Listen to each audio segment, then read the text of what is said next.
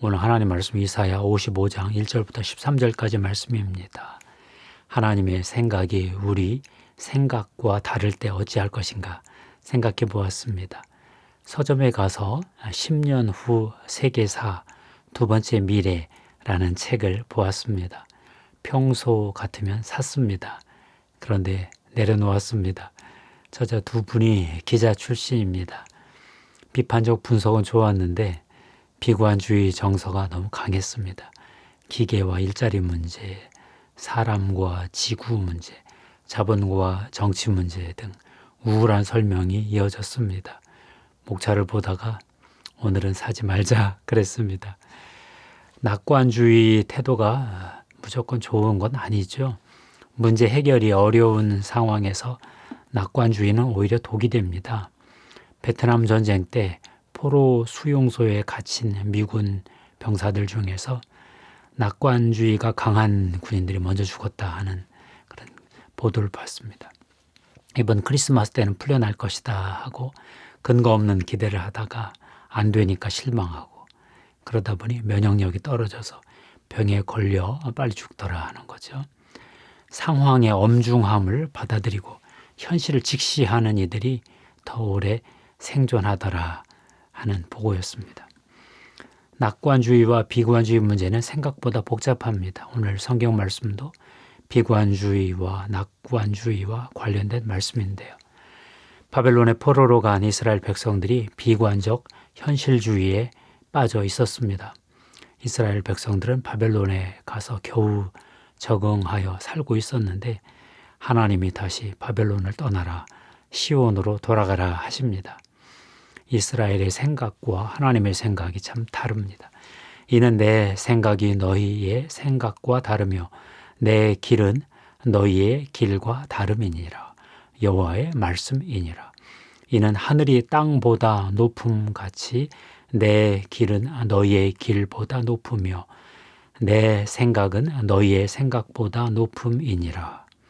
8절 9절 말씀이죠. 하나님의 생각과 우리의 생각은 왜 이렇게 다를까요? 노먼 빈센트 필이 긍정적 사고방식이라는 책을 썼죠. 제목은 다 알고 있습니다. 적극적이고 낙천적인 사람이 반드시 성공한다는 확신을 가지고 일을 해나가면 성공한다. 이런 내용이지요. 이 책을 보면 여러 가지 생각이 떠오릅니다. 긍정적 생각만으로 성공할까? 그렇다고 긍정적 사고방식의 힘을 무조건 부정하기도 힘들어요. 부정적 생각을 하는 사람이 성공하는 예는 별로 본 적이 없기 때문이지요. 확실히 긍정적 생각을 하는 사람이 성공할 확률이 높습니다. 낙관주의자들이 다 성공하는 것은 아니지만 낙관적 생각을 하는 사람 중에 성공자들이 나옵니다. 만일 인간의 의식뿐만 아니라 무의식까지 일이 잘 될 것이다 이렇게 긍정적으로 생각할 수 있다면 정말 일이 잘 풀릴 가능성이 있지요.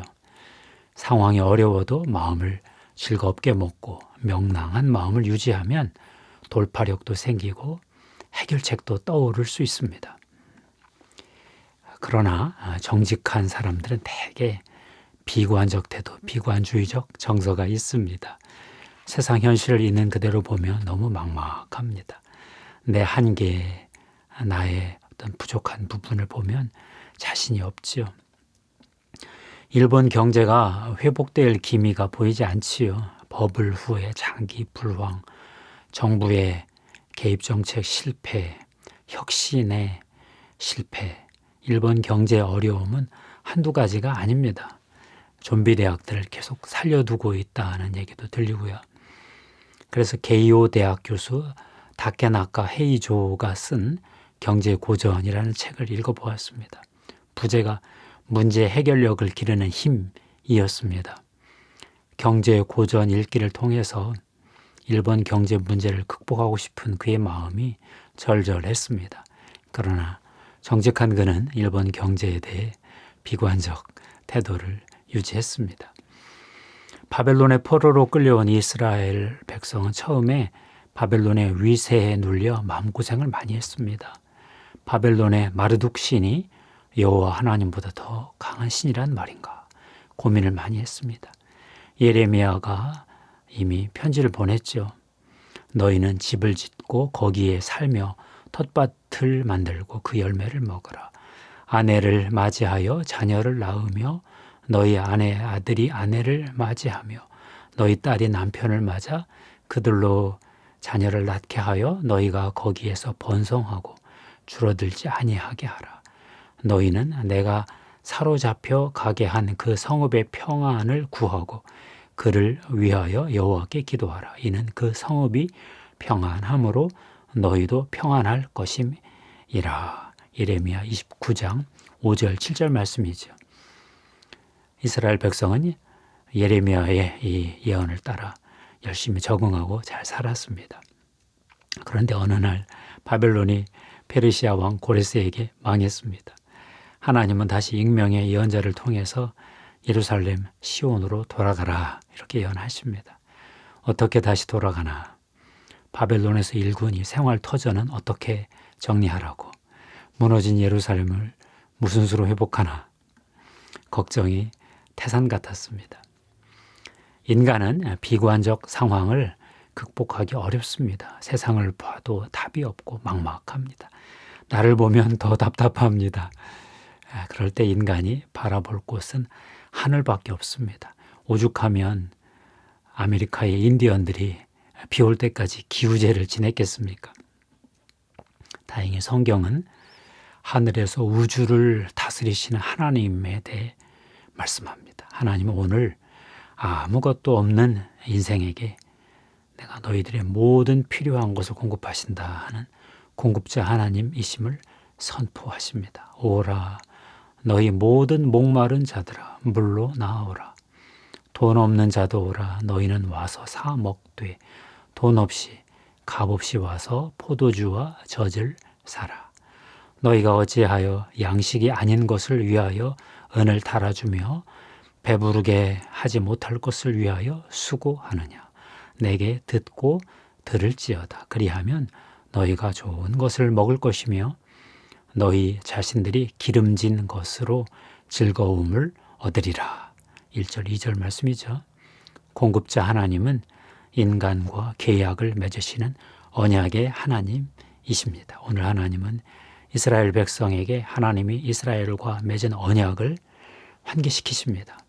다윗에게 허락한 영원한 언약을 토대로 열방이 이스라엘을 통해 하나님께 나올 것이다. 이렇게 선포하십니다.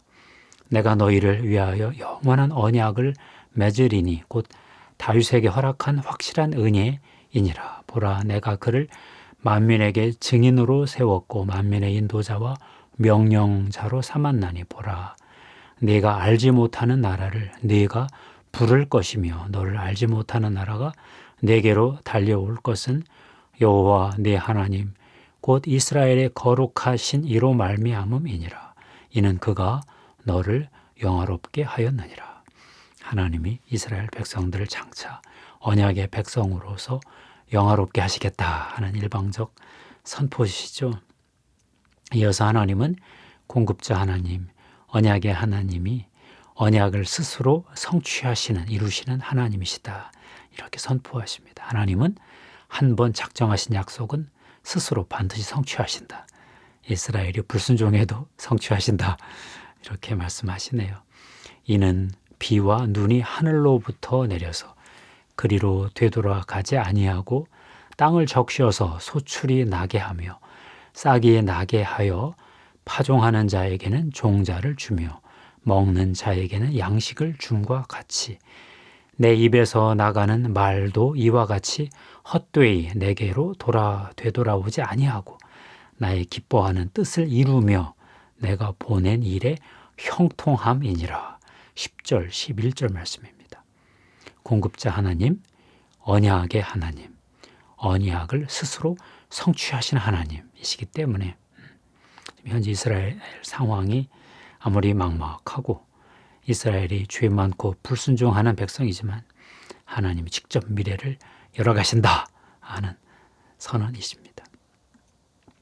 성경은 인간의 불순종에도 불구하고 하나님이 인간의 죄 문제를 직접 해결해 가시면서 스스로 하나님의 목적을 이루어 가신다 하는 장대한 하나님의 선교 이야기입니다. 인간의 순종을 기다리며 하나님의 목적을 이룰 때까지 하나님의 뜻을 포기하지 아니하시는 그런 분이시다 그러시죠. 하나님의 이야기, 예수 그리스도는 이스라엘의 이 모든 문제를 십자가에서 다 해결하셨습니다. 죄 문제도 해결하셨습니다. 이스라엘 사회 불의한 문제도 다 해결하셨습니다. 사탄의 문제도 해결하셨습니다. 죽음의 문제도 해결하셨습니다. 십자가에서 다 해결하셨습니다. 그래서 다 이루었다 이렇게 선언하셨습니다. 우리 신약의 성도들은 예수 그리스도가 십자가에서 이스라엘의 모든 문제를 해결하는 것을 믿습니다.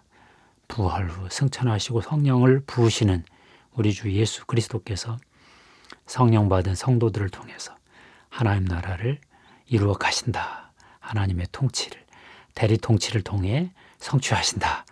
이것을 믿는 증인들이 있죠. 최근에 좋은 책을 하나 만났습니다. 조니 엔로우라는 분인데요. 7산에 관한 예언이라는 책이었습니다. 조니 엔로우는 페루 선교사님의 아들이었어요. 미국 선교사님 아들이었는데 현재 미국 조지아주 애틀란타에 있는 데이스타 국제기독교 펠로우십이라는 단체를 이끌고 계십니다. 이분은 세상의 7대 영역, 미디어, 정부, 교육, 경제, 종교, 축제는 예술과 연예, 스포츠를 포함한 건데요. 마지막 가정, 이렇게 7대 영역에서 하나님이 통치를 회복하시는 그 영광을 선포하시고 그 일을 친히 경험해 가시는 그런 사역자이십니다. 선지자이시고 성경에 해박하시고 비즈니스 사업을 하시다가 하나님 나라 일에 같이 뛰어든 대단한 사역자이시더라고요. 성령 세례를 받고 세상에 하나님 나라의 영광을 회복하는 사역을 하고 계신데요. 멀리서 세상을 향하여 중보기도만 할 것이 아니라 세상의 영역, 종교의 영역, 교회 영역을 넘어서서 6개 세상 영역에 들어가서 하나님 나라의 빛이 될 것을 이렇게 선포하고 또 이루어가는 기쁨으로 살고 계시더라고요. 세상 모든 영역에 다 하나님의 그리스도의 주권을 선포하시던 영역 주권론을 주장하시던 네덜란드의 아브라함 카이퍼가 성령의 능력을 잔뜩 받은 그런 모습으로 제게 다가오셨습니다. 사실 하나님을 믿어도 내 죄에 눌리고 내 자아 부정 못하고 세상에 눌리고 사탄에게 눌리고 그런 그리스도인들이 너무 많습니다. 이건 하나님이 원하시는 모습은 아니죠. 그러라고 하나님의 아들이 십자가에서 죽은 것은 아닐 것입니다. 하나님 나라 권세 예수 그리스도가 다 회복하셨습니다. 그 권세를 우리 교회에 주었는데요. 성령 충만한 그리스도인들이 그 권세를 대리 행사를 해야 되는데 못 그러는 성도가 더 많은 것 같습니다. 이제 하나님께서 조니 엔로우 이분의 7산에 대한 그 메시지가 한국 교회에 필요한 때가 되었다. 제가 그렇게 마음속에 생각을 했습니다. 조니 엔로우 7산, 세븐 마운틴스 이 메시지가 제 마음을 뛰게 했습니다. 그렇지. 내가 아무리 죄에 시달려도 세상 구조에 좀 눌려도 마귀에게 미혹될 때가 있지만 예수 그리스도는 다 해결하셨다.